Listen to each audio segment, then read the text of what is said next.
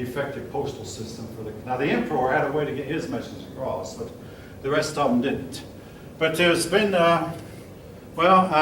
people have blamed their women. They have blamed the taxation. Oh yes.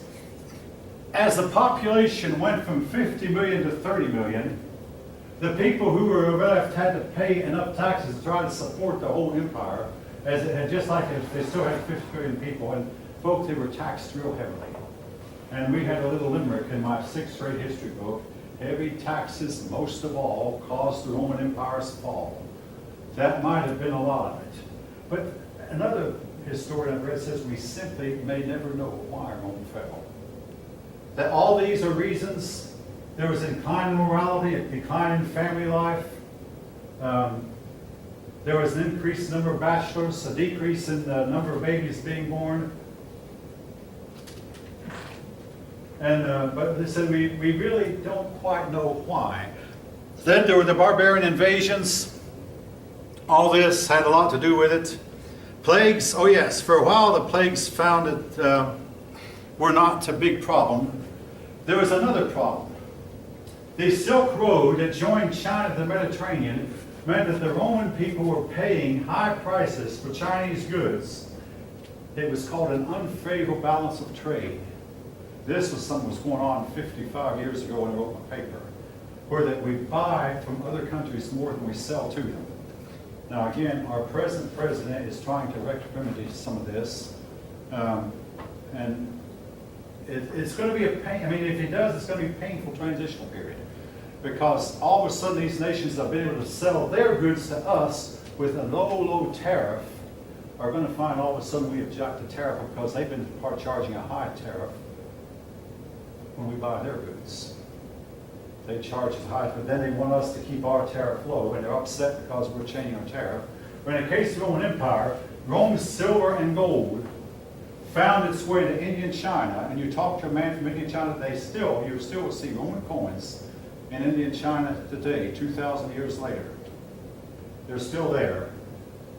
Europe was to lose most of its gold and silver, and this was one thing that plunged Europe into. Europe was not to get its gold and silver back until Columbus discovered America, and then the Europeans took the gold and silver they found in the New World and brought it back to Europe. You can call it theft if you want to. Go ahead.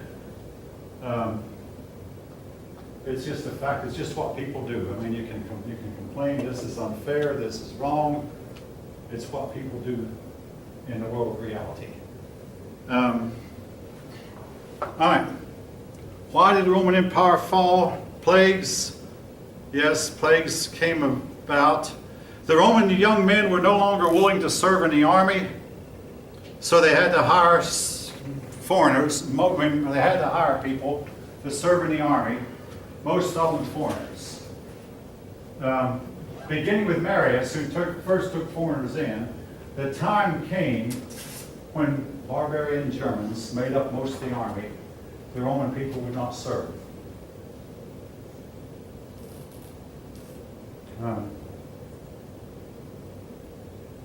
You can take this what it will also. I mean, my 8th grade teacher, more than 50 years ago, was bemoaning the fact that we had such a hard time getting our young men to join the army, even then.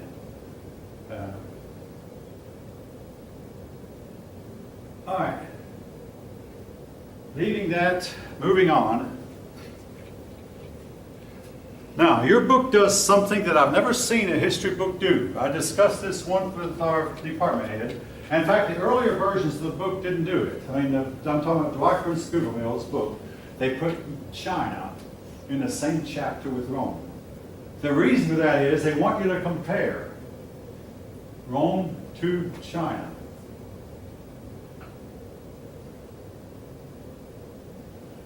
Okay, what was going on in China at this time? Okay, we were talking about China from 200 BCE to 200 CE, a period of 400 years. This is what's called Han Dynasty China. China looks back on this time as being a glorious time, a time of high achievement. The Han Dynasty. Now, Your book wants you to know that there were some comparisons. Now, the first comparison between Europe and China I want to deal with is the population issue. In the case of Europe, the population went up and up and up and up, and then it reversed and went down and down. In China, during the Han Dynasty, the population went up and up and up, and then reversed and went down and down. Very similar. There might, and also, at the same time, both Europe and China had problems with their barbarian neighbors.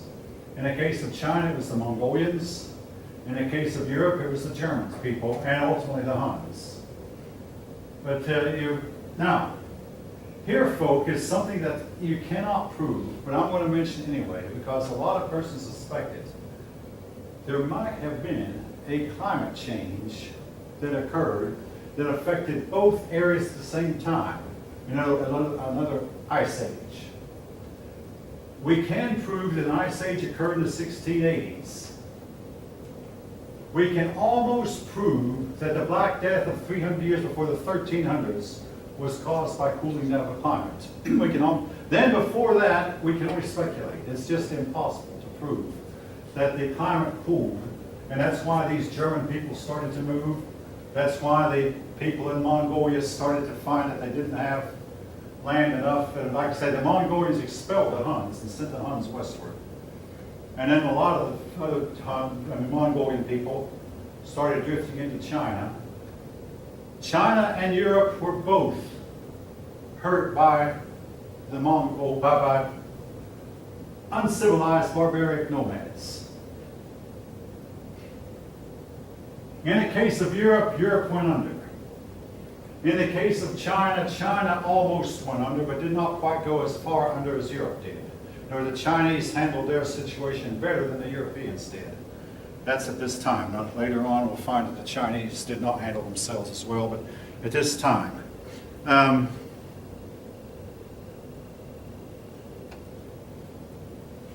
So while Europe's population was declining, China's was declining also. But folk, strangely enough, even though we don't have records, it appears that the barbarian population here was not declining. And it appears the barbarian population over in China was not declining either. You know, as your uncivilized people continue to have babies, in spite of the fact that the weather turned against them, in spite of the fact that they're impoverished, while their civilized neighbors were not having many. Why is that? I mean, I had one student point out, well, in today's world, the young woman has to go to college, get a degree, and I mean, I know all that. I mean, both of my daughters have college degrees, and you know, but civilized people seem to have a tendency to have fewer babies than their uncivilized neighbors who just grow up when they get to be, when the girls can be 13 or 14, they're married and they have children until the day they die, one after another. And their population explodes and increases really fast. And after a while, the land they have can't hold them. So they start looking at their civilized neighbors and say, hey, we're going to take what you have. And they start taking it. This happened, I say, in both Europe and China at the same time.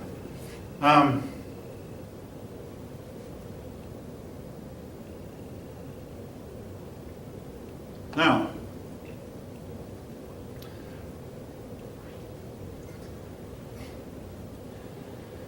if you do a little bit of a detailed history of Han Dynasty China, again, you'll find some interesting parallels with population, problems with the barbarians, and possibly a cooling down. Now, the issue becomes what causes the cooling down, and folks, this is a hot issue right now. I mean, a lot of these issues I'm talking about in the past affect us here in the year 2018. If I am right, we are due another ice age. And if I am right, we are not at all ready for it. We're preparing. I mean, okay, we keep being taught global warming, man-made global warming, man-made global warming, man-made global warming. And it's going to increase until the greenhouse effect creates a thermal runaway effect. And after a while, the Atlantic Ocean is going to rise, the Pacific Ocean is going to rise and cover a lot of our land. I want to remind you, this has happened before. During the Cretaceous period, the world had a uniform tropical climate, and even Antarctica down yonder was as hot as a firecracker. And guess what? It ended it. The heat, the hotness ended it.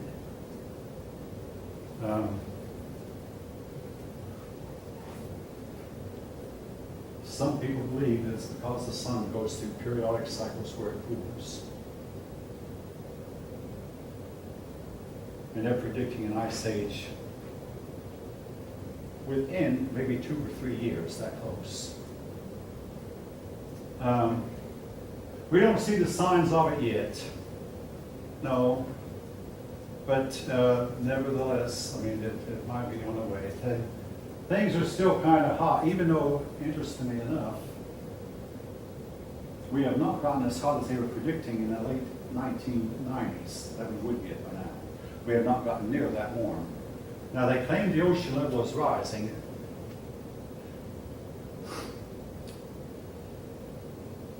One of the few times I've been to the ocean lately, I have not seen it.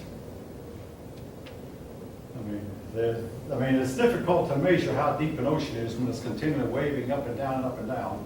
But nevertheless, what I've seen of the Atlantic Ocean and the Gulf of Mexico, I cannot see it increase. I mean, I know the experts say that it's there because the Antarctic ice sheet is melting. And, oh yes, something though I want to remind you of now. All right, on this subject. If you put a cube of ice in a bucket of water, and the ice melts, how much will it raise the level of the bucket, of the water in the bucket? Anybody know? No. None. If the polar ice melts, the ice that's floating on water melts, it will not raise the level of the water in the ocean. What they're fearing is the 3-mile thick ice sheet in Antarctica. And if that rises, it could raise the ocean level by 200 or 300 feet, supposedly. I want to remind that, well, a couple things. Number one, think of all the land that's above water that is not inhabited. The Sahara Desert, for one, and all the other deserts. More than half of the earth that's above water is uninhabited. A global warming might make the Sahara Desert bloom and blossom like a garden. When we had uniform climate, this was the age of the dinosaurs, the giant trees that grew 300 and 400 and 500 feet tall. Life on Earth was never better. The hotter it gets, folks, the better it is for plant life. The hotter it gets, the better it is for all life. When things cool down, human life and animal life greatly decreases. All right, that's my little speech. You might can guess how I feel about that. All right, okay. Now, with the time I have left, I want to spend going over some things that you possibly will see on the next test, depending on which test you get. Ooh.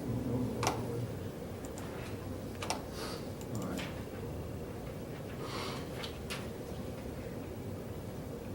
Oh, okay. Test. This will be test number 3. Okay.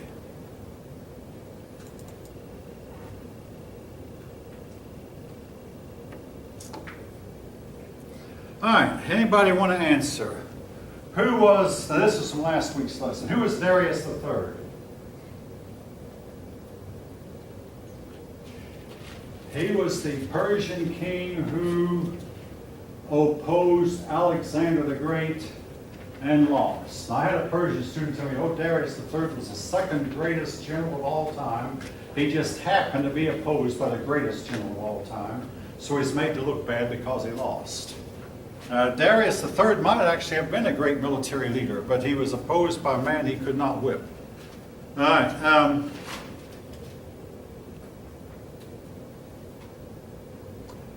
Where did the Greek and Romans believe that their gods lived? Yes. Mount Olympus. Mount Olympus. Mount Olympus, which is somewhere up here in this part of Greece. I don't see it on the map. But Mount Olympus. Mount Olympus was surrounded by clouds all the time. And they believed their gods lived in a spiritual plane, but up there on Mount Olympus.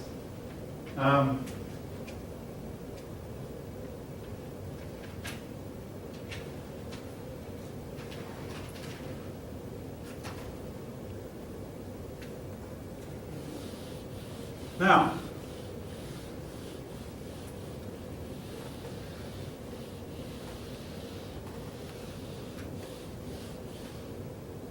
in the Pythagorean theorem, if this is a right triangle, and this side measures 3, and this side measures 4, what will be the length of the hypotenuse?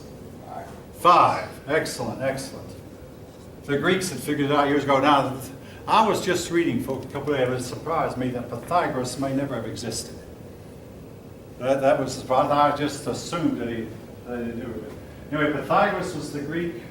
The Greek founder, oh yes, the Greek father of geometry was a man named Euclid.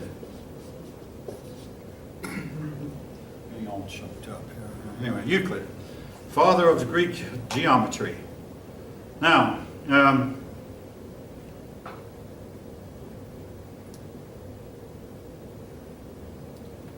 how long is a marathon? 26 miles. To commemorate Euripides' run that ended his life.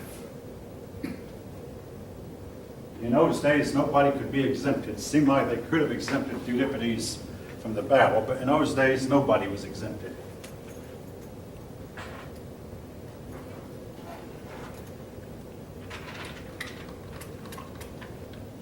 Okay. Now, oh yes, very famous quotation. Who said it? Do as I say, but don't do as I do. Yeah, I told the class I had to say that when I was teaching 10-year-olds good penmanship. My own penmanship is lousy. Do as I say, but don't do as I do. That was Plato's idea of teaching morality. All right.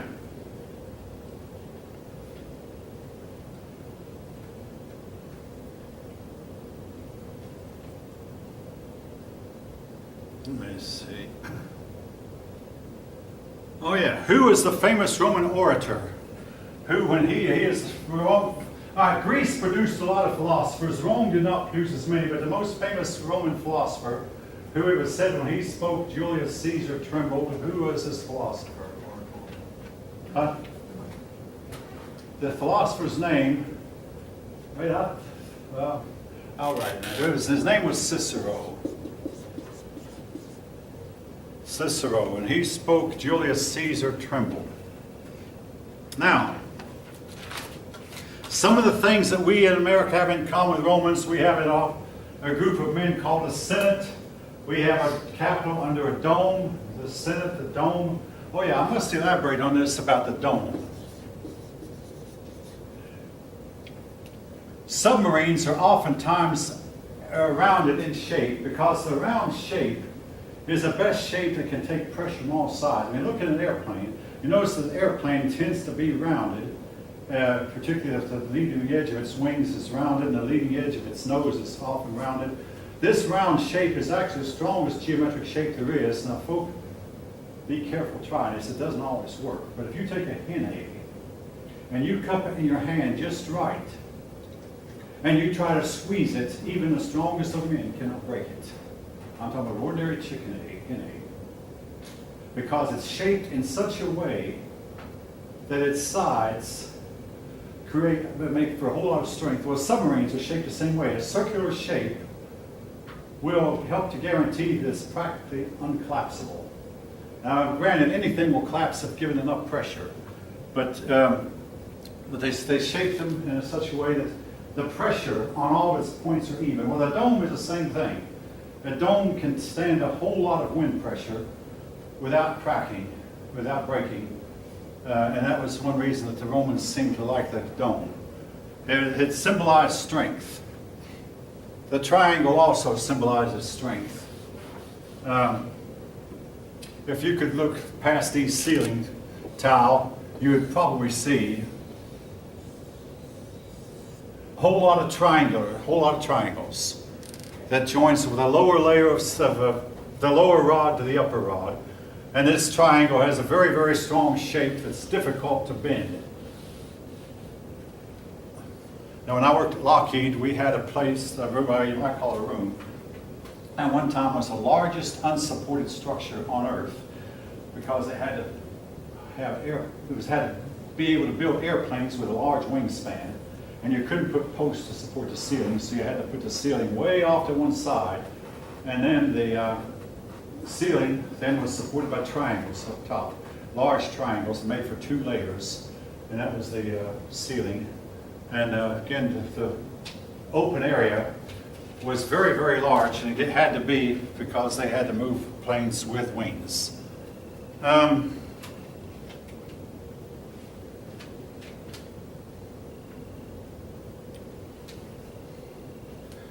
Okay, yeah, some of the gods I did not mention. Saturn, he was the father of Jupiter.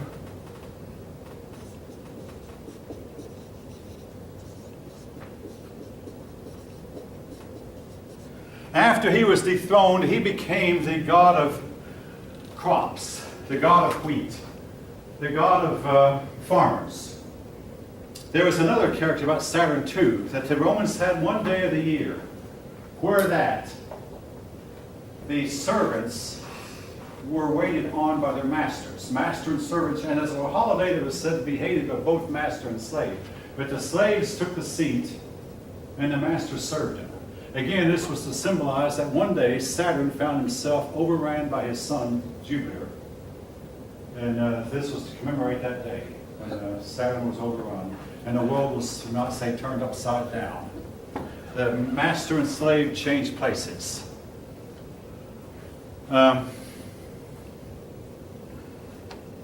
There are persons, who can talk about other times when supposedly Saturn ruled the heavens and how great it was under Saturn. Others say that how under Saturn things were very, very cruel, and it was necessary for his son Zeus to overthrow him. Each of these cities had their own patron god. In the case of Sparta, who was its patron god? Sparta. Anybody remember? Sparta's patron god was Ares, or whom the Romans called Mars. Athens' patron goddess was Athena, whom the Romans called Minerva. Athens, the goddess of wisdom, philosophy. I will say this, Paul of Tarsus had almost nothing kind to say about philosophy or philosophers. Almost nothing. All right. Oh yes, before I knew there was an announcement I needed to make. Please, folks. More than several of you have told me you've tried to contact me by means of iCollege. Don't. I mean, by the time I read my wife and my private emails, and by the time I read my telephone emails, Gmails that is, and by the time I read the college email, I just don't have the time. The instructions on the syllabus, contact me either by calling me on the phone or calling my wife. My wife stays close to her phone and I stay to mine. Call my wife, call me, or send me an email by way of jcunningham18 at gsu.edu. Yeah, do that. But if you try to come, I'm limited in what I can do, folks. That might be a fault of mine, but I just don't read. But again, I give you the instructions on the syllabus. So send me at jcunningham at gsu.edu. All right.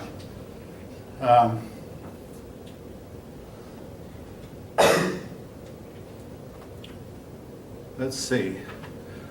When you in literature, when you come to a story called a tragedy, what does that mean?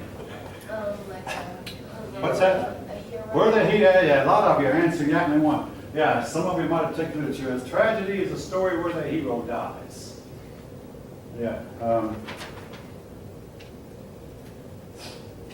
When I was young, in the old Western movies, the hero never died. But in some of the modern day movies, sometimes the main character will die. In some of the modern movies. Star Trek, sometimes they'll have a character drop out from Star Trek movies. Because they get killed on the show, and actually they were fired in real life. So they agree that if they get fired in real life, they'll die on the show.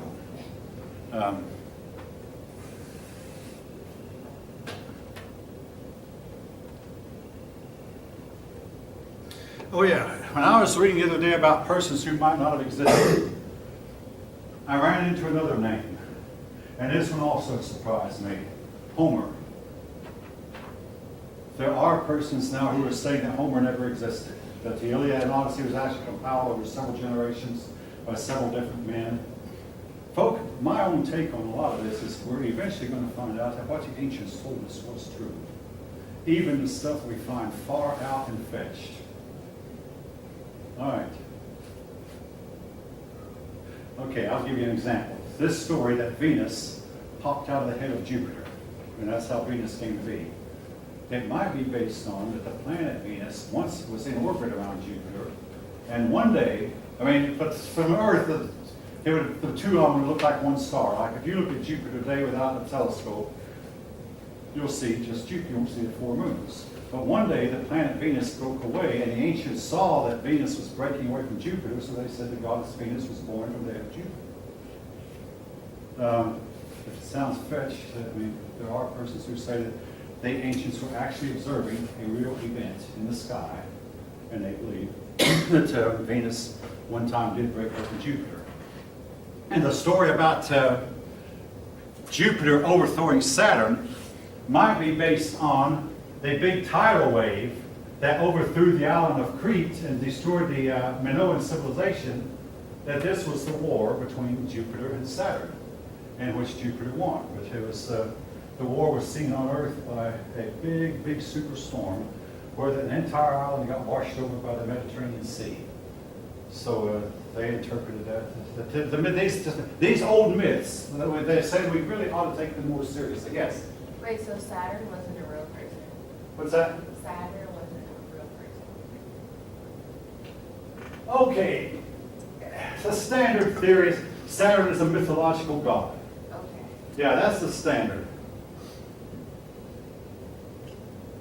Do I think Saturn actually existed? My gut level feeling is yes. But again, the point I'm trying to make is that a lot of what we think of as mythology, if we someday will understand to be, that the ancients were actually talking about real, genuine events. And again, this may sound fetched, but hey, folk, I think if anyone is irrational, it's us. The ancients were more rational than we are. The ancients had a better view of nature. And even my professor at UT said that maybe ancient people were happier than we are because they were closer to nature than we are. They understood nature better than we do. And we're getting farther and farther from nature, and we're not as happy as we once was. And suicide rates are going up at an alarming rate in this country. Super alarming. And it's not just the old people. Farmers especially are being hard hit. All right. The type of soldier, whether the men would line up abreast, shoulder to shoulder, and protect each other by holding their shield out in front of their buddies, their neighbor. What is this kind of soldiery called? Yeah. The phalanx? Phalanx. Okay, that's good. Yeah, they're hoplite phalanx. The formation was a phalanx. The soldier was called the hoplite. Hoplite phalanx. Yeah, hoplite. And yeah, formation was the phalanx.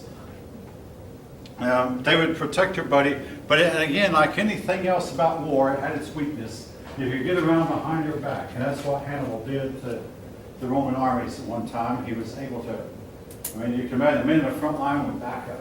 The men from the back up, but the wings would stay put. And after a while, Hannibal's men were encircling the Romans, and then the Romans found themselves closed in, and they were hit from front and behind, and nothing they could do but be annihilated. You had to keep the enemy in front of you. Oh yes, something else I know I left out. One of Socrates' famous sayings, know thyself. Others